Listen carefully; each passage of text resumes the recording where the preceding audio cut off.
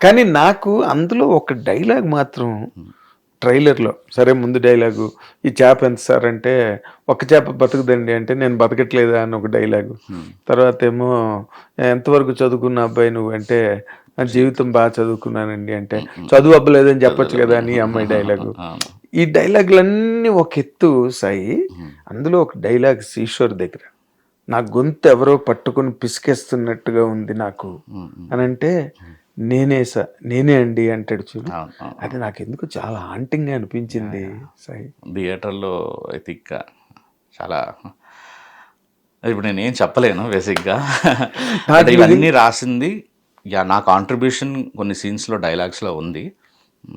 రవి రవి నన్ను బలవంతంగా ఈ సినిమాకి డైలాగులు రాయొద్దన్నాడనమాట. ఓహ్! స్టోరీ రాసి, స్క్రీన్ ప్లే రాసి, డైలాగులు కూడా మీరు రాస్తే డైరెక్షన్ కూడా మీరే చేశారనుకుంటారు సార్. నేను చాలా మంచి డైలాగ్ రైటర్‌ని. రవి చాలా మంచి డైలాగ్ రైటర్. పోన్లెండి సంతోషం. చాలా సంతోషం. అంటే నేను హ్యాపీగా వచ్చాను. తర్వాత మధ్యలో ఏవో 4, 5 సీన్లకి మాత్రం నాకు వల్ల అవ్వట్లేదు సార్. ఇక్కడ ఆగిపోతున్నా అన్నప్పుడు నేను రాసిచ్చాను డైలాగులు. అదే రైటర్స్ బ్లాక్ అంటారు కదా. Writer's block. పైగా కథ నాది కదా. ఎస్. సో అక్కడ నేను రాసిచ్చాను. కానీ రవి రాసిన మీరు ట్రైలర్లో చూసిన ప్రతి మాట రవి రాసిందే. అవునా? నేను హెడ్ ఫోన్స్ పెట్టుకుని చాలా సీరియస్గా ఫుల్ సౌండ్లో మంచి మూడ్లో రే భలే ఉందిరా ఇది అని నేను చూస్తున్నానే టక్కున డైలాగ్ రాగానే ఒక్కసారి నేను ఉలిక్కి పడ్డా ట్రైలర్లోనే ఆ మాటకి. సో నేను అనుకున్నా నా రివ్యూలో కూడా నేను చెప్పినది ఇదే సినిమాకి టర్నింగ్ పాయింట్ అవుద్దేమో ఫిల్ము అని. సార్ మీకున్న గొప్పతనం ఏంటంటే బాలచంద్ర గారేమో చెన్నై నుంచి వైజాగ్ వెళ్ళి ఈశ్వర్ దగ్గర మరో చరిత్ర తీసి సూపర్ హిట్ కొడితే, మీరు చెన్నై సీ దగ్గరికి వెళ్ళి. మేము చెన్నై సీకి వెళ్ళాము, మేము కూడా చీరాలు వెళ్ళామండి. అంతేనా? అది ఆ టైంలో చెన్నైలో ఎలక్షన్స్ జరుగుతున్నాయి. ఎలక్షన్ కమిషన్ చేతిలో నింది స్టేట్ అంతా. సో పర్మిషన్ రాలేదు మాకు. మ్యాక్సిమం మేము తీసిన అవుట్డోర్ షాట్స్ అంతా బీచ్ కాకుండా అంతా పాండిచ్చేరిలో తీసాం సినిమా. అవునా? పాండిచ్చేరి గవర్నమెంట్ కానీ అక్కడ చాలా బ్యూటిఫుల్లీ సపోర్ట్ చేశారు. ఆ టైంలో స్టేట్ గవర్నమెంట్ లేదు అక్కడ, చెన్నైలో, తమిళనాడు. సో చీరాల్లో సినిమా షూట్ చేశాం సార్. అసలు నాకు ఇప్పటికి కూడా అనిపిస్తుంది చీరాల అనేది మనకు ఒక ఆంధ్రప్రదేశ్ గవర్నమెంట్కి కానీ ఇక్కడి నుంచి దాదాపు ఒక 5-6 అవర్స్ సరిగ్గా డ్రైవ్ చేయగలిగితే వీకెండ్ చీరాల టూరిస్ట్ హబ్గా నెక్స్ట్ లెవెల్లో డెవలప్ చేయొచ్చు అసలు. మీరు వెళ్తే అక్కడ విల్లాస్ కానీ రిసార్ట్స్ కానీ అసలు బీచ్ ఎంత బ్యూటిఫుల్ ఉంటుందండి, అంత బ్యూటిఫుల్ ఉంటుంది. వేవ్స్ కానీ అసలు చాలా బాగుంది, నిజంగా రిచ్గా ఉంది చాలా. మీరు అక్కడైనా తీశారు మణిశర్మ గారిని పియానో పెట్టేవన్నీ కూడా. మీరు సినిమాలో ఏదైతే చూసారో అన్ని సగం అంతా చీరాలగా రిలేటెడ్ అని ఉంటాయి. లైట్ హౌస్ సెట్ వేసాం. పీపుల్ ఆర్ సో ఫ్రెండ్లీ, ఏ రోజు డిస్టర్బ్ చేయలే ఎక్కడ మన చీరాల్లో. అసలు అంటే మేము వీకెండ్ ఇట్లా సాయంత్రం ఒక 5 గంటలకు అట్లా బయలుదేరితే అట్లా 2 గంటలకు 1 గంటకు అక్కడ చేరుతాము. శని ఆది అక్కడ బట్టి మళ్ళీ రిటర్న్ రాదు. అంతా I think government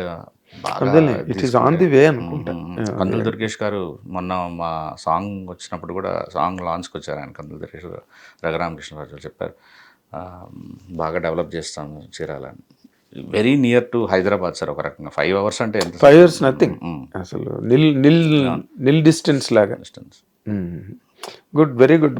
Kiran Abbavaram నేను బాగా ఇంకొకటి అనిపించింది ఏంటంటే, కిరణ్ అబ్బవరంకి క్యారెక్టర్ నేను తను కూడా అడిగాను నేను ఈ ప్రశ్న. కిరణ్, నీకు ఈ క్యారెక్టర్ ఎలా ప్లస్ అవుతుంది, లేకపోతే నువ్వు ఎలా ప్లస్ అవుతావు క్యారెక్టర్కి? ఎందుకంటే ఆల్రెడీ తను కే ర్యాంపు కొంచెం మెచ్యూర్డ్ క్యారెక్టర్స్ చేశాడు. ఇది చాలా ఇన్నసెంట్ కనిపిస్తుంది బిగినింగ్లోని. అసలు హౌ డిడ్ ఈ జస్టిఫై అంటే ఏం చెప్తావు సాయి? సార్ ఈ సినిమాకి 3 హీరోలు sir, apart from the director. అంటే మీరు ఎవరు బాగా పనిచేశారు అనేది చెప్పలేరు. ఒకటి కిరణ్ అబ్బవరం, 2 గౌరీప్రియ, 3 మనీష్ శర్మ. మీరు కిరణ్ అబ్బవరం ఇన్ని రోజులు చూసిన కిరణ్ అబ్బవరం వేరే, దీంట్లో పీక్స్ ఉంటుంది అనమాట పెర్ఫార్మెన్స్ సైడ్. అవునా? చాలా పీక్స్. గుడ్. సినిమాకి ప్రాణం పెట్టేశాడు. మీరు చాలా సర్ప్రైజ్ అవుతారు. కిరణ్ అబ్బవరం బాగా యాక్ట్ చేయటం వేరే, స్టీవెన్ శంకర్ అద్భుతంగా పెర్ఫామ్ చేయటం వేరే. Correct. It makes life difference. Yeah మీరు మర్చిపోతారు ఒక 15-20 నిమిషాల తర్వాత స్టీవెన్ శంకర్ చూస్తున్న ఫీలింగ్ వచ్చేస్తుంది. ఎండ్ వరకు కూడా క్యారెక్టర్లోంచి ఎప్పుడూ బయటకు రాలేదు అసలు. అది క్లైమాక్స్ నేను ఇప్పుడు చెప్పలేను, కానీ అసలు ఇంటర్వెల్ పాయింట్కి అయితే నేను నోరు తెరుచుకొని చూశానమాట. ఓకే, ఇది కూడా ఒక పెర్ఫార్మెన్స్ కదా, ఏమీ చేయకపోవటం కూడా ఒక గొప్ప పెర్ఫార్మెన్స్. Yes yes. అది నేను first time underplaying is very పెద్ద పెర్ఫార్మెన్స్. నేను మళ్ళీ మనం ఇంకొక ఇంటర్వ్యూలో కలుసుకున్నప్పుడు నేను ఇంటర్వ్యూలు గుర్తుపెట్టుకోండి, సో ఎంత బ్యూటిఫుల్గా ఏమీ చేయకుండా ఎంత బాగా చేశాడు అనేది ఆ రోజు మాట్లాడుకుందాం. డెఫినెట్గా ఇది హిట్ అవుతుంది. ఇమీడియట్గా మాట్లాడుకోవాలి దాని అనుభవాలు గట్ట. ఈ గౌరీ అనే అమ్మాయిని ఫస్ట్ ఆప్షనే అమ్మాయా? లేదు, ఫస్ట్ ఆప్షన్ కాదు అసలు. ఫస్ట్ ఆప్షన్ హీరోలు వీళ్ళు కానే కాదు. నాకేంటంటే డైరెక్టర్స్కి తెలుగు అమ్మాయిలు ఉండటం చాలా పెద్ద అడ్వాంటేజ్ సార్. ఇప్పుడు నేను బేబీ హిందీ చేస్తున్నాను, నాకు మా హీరోయిన్కి ఎంతో కొంత కమ్యూనికేషన్ గ్యాప్ ఉంటుంది ఎక్స్ప్లెయిన్ చేయటంలో. హిందీ ఎందుకంటే ఎడ్జ్ మీద ఉండే క్యారెక్టర్ కదా. అమ్మో, హిందీ అమ్మాయి, నాకు హిందీ మీద అంత పట్టలేదు.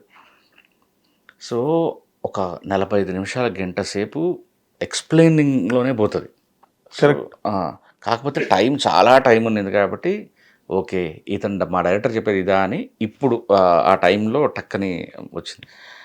నాకు తెలుగు హీరోయిన్లు అంటే తెలుగు హీరోయిన్ మన భాష ఏదైతే ఉందో ఆ భాష తాలూకు యాక్టర్స్తో పనిచేసినప్పుడు హ్యూజ్ అడ్వాంటేజ్ ఉంటుంది మనకి. ఏంటంటే నాకు ఒక ఎమోషన్ కావాలి అంటే నీ రియల్ లైఫ్లో ఇలాంటి జరిగి ఉండొచ్చు కదా, ఇలా అయి ఉండొచ్చు కదా, లేదా ముందే సెలెక్ట్ చేసుకున్నప్పుడే వాళ్ళ కథలన్నీ విని ఆ రోజు నువ్వు ఇలా ఫీల్ అయ్యావు కదా అని మనం ఎక్స్ప్లెయిన్ చేస్తున్నప్పుడు వచ్చే పెర్ఫార్మెన్స్ చాలా నాకు తెలుగు అమ్మాయి అయితేనే నాకు దొరుకుతుంది అని చాలా సెర్చ్ చేశాను సార్ అసలు తెలుగు అమ్మాయిల గురించి.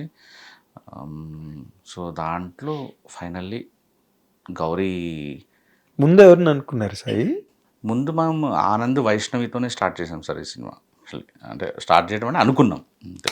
అదే థాట్గా కాదు, అంతా సెట్ అయిపోయింది అనుకున్న టైంలో నేను చాలా డిలే ఉంటుంది కదా నా రైటింగ్. అవును. సో అక్కడ వాళ్ళు దీనికి వెళ్దామని ఫిక్స్ అయ్యారు, ఎపిక్ సీతారామంశి వాళ్ళది. సో